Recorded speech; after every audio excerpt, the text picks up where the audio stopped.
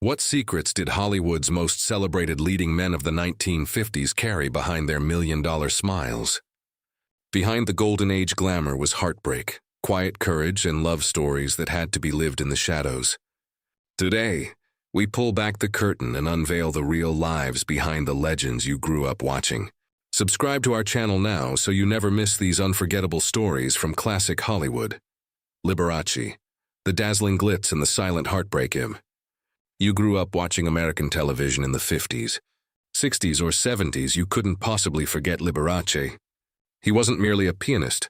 He was a pure force of nature, with his signature candelabra, grand fur capes, and diamond rings twinkling under the stage lights. Mr. Showmanship defined the lavish glamour of Las Vegas and became the highest-paid entertainer on the planet, filling showrooms night after night with an act built as much on spectacle as on genuine musical skill.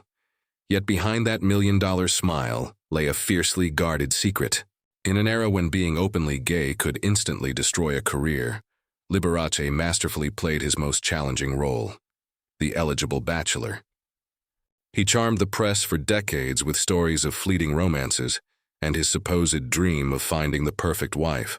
All while carefully managing a private life, the studios and networks would never have tolerated becoming public. That illusion finally cracked when his former companion, Scott Thorson, filed a bombshell palimony lawsuit in 1982, exposing their turbulent, years-long relationship to a stunned public for the first time. Still, Liberace never dropped the act. He vehemently denied the rumors right up until his final breath. When he passed away in 1987, his manager famously attributed his death to heart failure linked to a watermelon diet. It was a cover story built to protect the image he'd spent a lifetime constructing. An autopsy later confirmed the real cause: complications from AIDS. It was a heartbreaking curtain call for an icon who had given his whole heart to American audiences for decades, yet could never truly share his own soul with them. Raymond Burr, the ultimate Hollywood masquerade. To millions of Americans tuned into their television sets during the 50s and 60s, Raymond Burr was the absolute picture of authority, gravitas, and unshakable justice.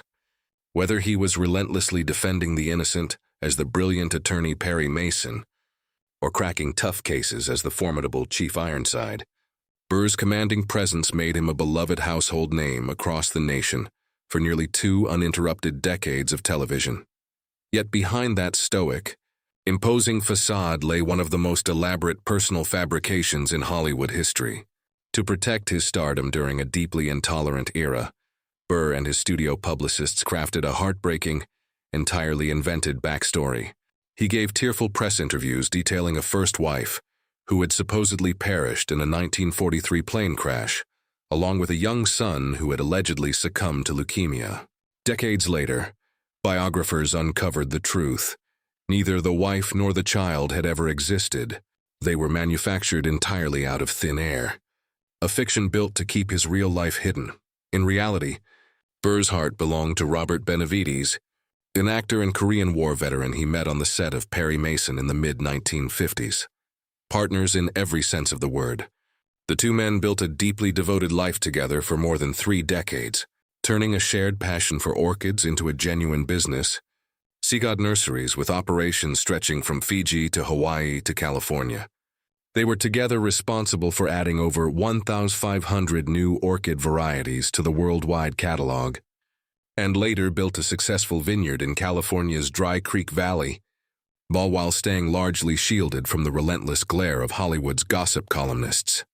When Burr passed away in 1993, he left the bulk of his estate to Benavides, a final, undeniable testament to a lifelong devotion that had to be lived quietly.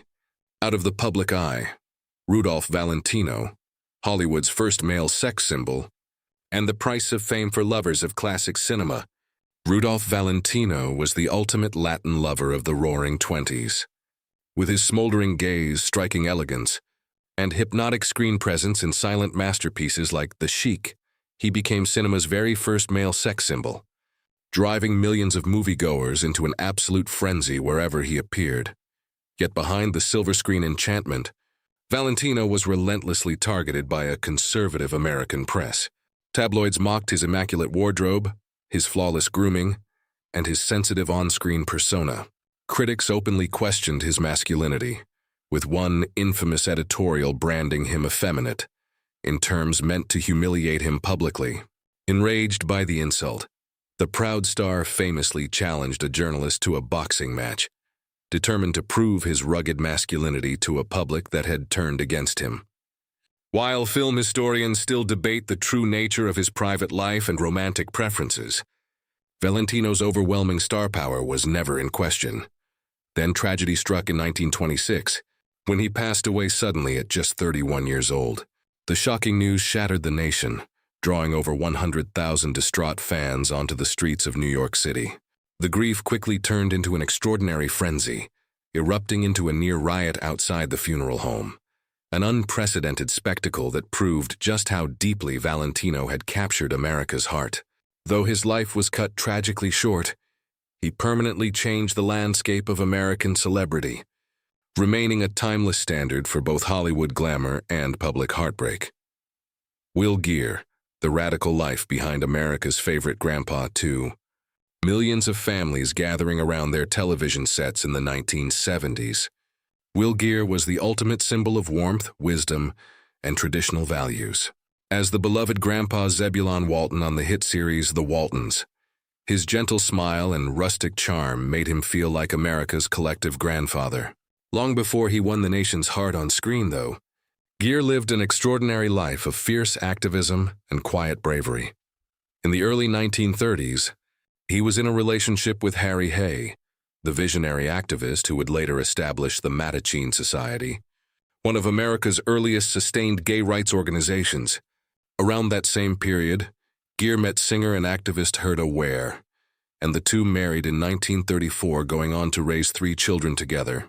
Though their marriage ended in divorce in 1954, Geer and Ware remained genuinely close for the rest of his life, and Ware never stopped speaking of him with real affection. His unyielding principles extended into his politics just as strongly. During the anti-communist hysteria of the McCarthy era, Geer refused to testify before the House Un-American Activities Committee and was blacklisted from Hollywood for roughly a decade. Rather than destroying his career, that long exile only refined his art.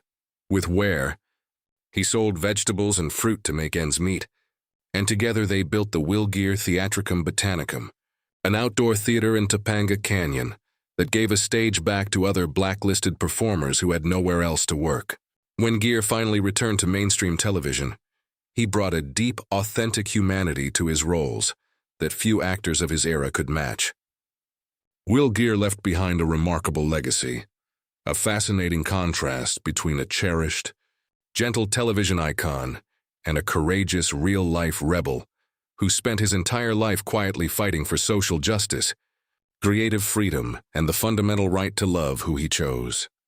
Cesar Romero, Hollywood's dapper Joker, and his open secret long before he put on the iconic white makeup and green hair as the legendary Joker in the 1966 Batman series, Cesar Romero was already one of Hollywood's most dashing leading men.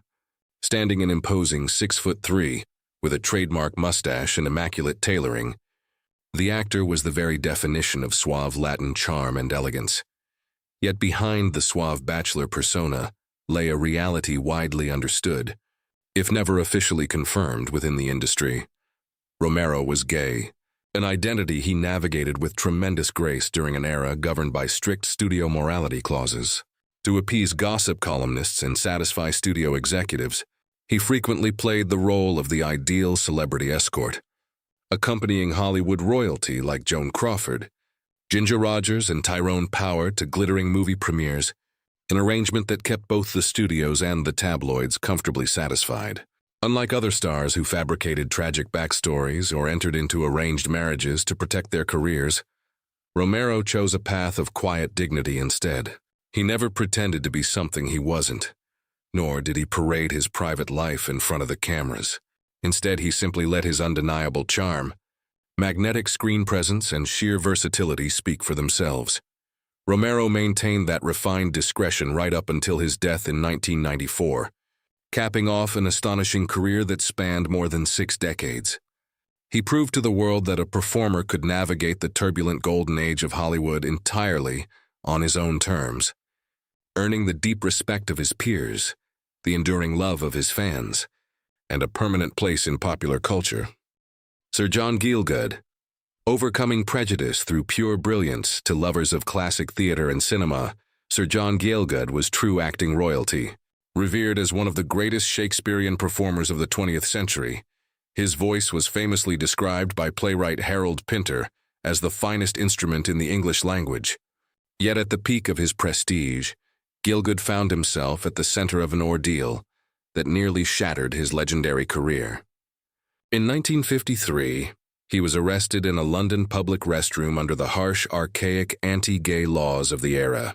Fearing the ensuing media firestorm, Gielgud genuinely believed his life's work had been destroyed overnight, and reportedly considered walking away from the stage entirely as the scandal splashed across the British press. What followed instead was a remarkable moment of human grace and solidarity. Just weeks after the arrest, a shaken Gielgud stepped onto the stage to direct and star in a new production. Rather than jeers or condemnation, the audience rose to its feet, delivering a standing ovation so sustained it reportedly brought him to tears. They cared far more for his artistry and character than for the era's cruel prejudices. Gielgud went on to enjoy an extraordinary career spanning 8 decades, winning an Academy Award for Arthur in 1981, and finding profound personal joy alongside his devoted partner, Martin Hensler, for more than 3 decades. Sir John Gielgud's triumph stands as a timeless testament to how sheer talent, dignity, and quiet resilience can rise above the narrow prejudices of a harsh and unforgiving era. Tony Randall, defying Hollywood's rigid stereotypes to millions of television viewers across America. Tony Randall will forever be remembered as the delightfully fastidious Felix Unger on the hit sitcom The Odd Couple. Beside Jack Klugman's sloppy Oscar Madison, Randall played the neurotically neat, opera-loving roommate to perfection, winning an Emmy and earning a permanent place in the hearts of comedy fans nationwide. Yet throughout his brilliant career, Randall constantly found himself targeted by tabloid speculation about his sexuality. Gossip columnists repeatedly questioned his masculinity simply because he was a refined, cultured gentleman who loved classical music, appreciated fine art, and dressed impeccably both on and off the set. In reality, Randall's personal life caught the gossip press entirely off guard. He shared a marriage of more than 4 decades with his wife, Florence, until her death in 1992. Then, at 75 years old, he stunned Hollywood once again by marrying Heather Harlan, a talented 25-year-old actress he had met while she was interning at the National Actors Theater. To the delight of his fans, Randall became a devoted first-time father at 77, joyfully raising 2 children alongside a wife 50 years his junior, brushing aside the public criticism their age gap drew. Up until his passing in 2004, Tony Randall proudly proved that a man could be sophisticated, sensitive, and passionate about the arts without fitting into Hollywood's narrow, outdated assumptions about masculinity. He lived life entirely on his own terms, a brilliant actor, a devoted father, and a true classic gentleman who spent a lifetime defying expectations and proving the gossip columnists wrong at every turn. James Mitchell, a quiet 4-decade love story, too. Millions of soap opera fans who tuned in every afternoon, James Mitchell was the formidable, ruthless billionaire Palmer Cortlandt on ABC's long-running daytime drama, All My Children. With his piercing gaze, silver hair, and razor-sharp delivery, Mitchell commanded the screen for 3 decades, bringing unforgettable intensity to the fictional town of Pine Valley. Yet behind the scenes, Mitchell chose to live a life of incredible poise and quiet discretion.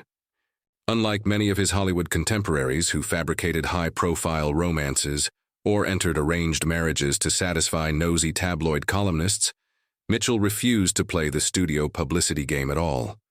Instead, he simply let his acting talent speak for itself while guarding his heart fiercely.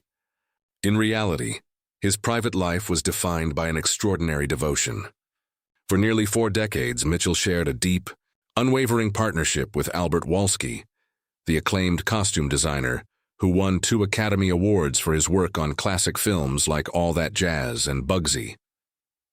Together, they built a serene life away from the relentless glare of Hollywood cameras, navigating an era that was often deeply intolerant of gay relationships. When Mitchell passed away in 2010, at the age of 89, he left behind far more than an iconic television legacy. His 4-decade romance with Wolski stood as a quiet, yet powerful testament to lifelong loyalty, proving that true love doesn't need headlines, grand spectacles, or public approval to endure. It simply needs 2 hearts devoted to one another through all of life's seasons. Thank you for watching today's video. If you found this look behind the golden age of Hollywood interesting, don't forget to like, subscribe, and turn on the notification bell so you never miss the next one. What do you think about today's topic? Leave a comment below so we can discuss it together. See you in the next video. Have a great day.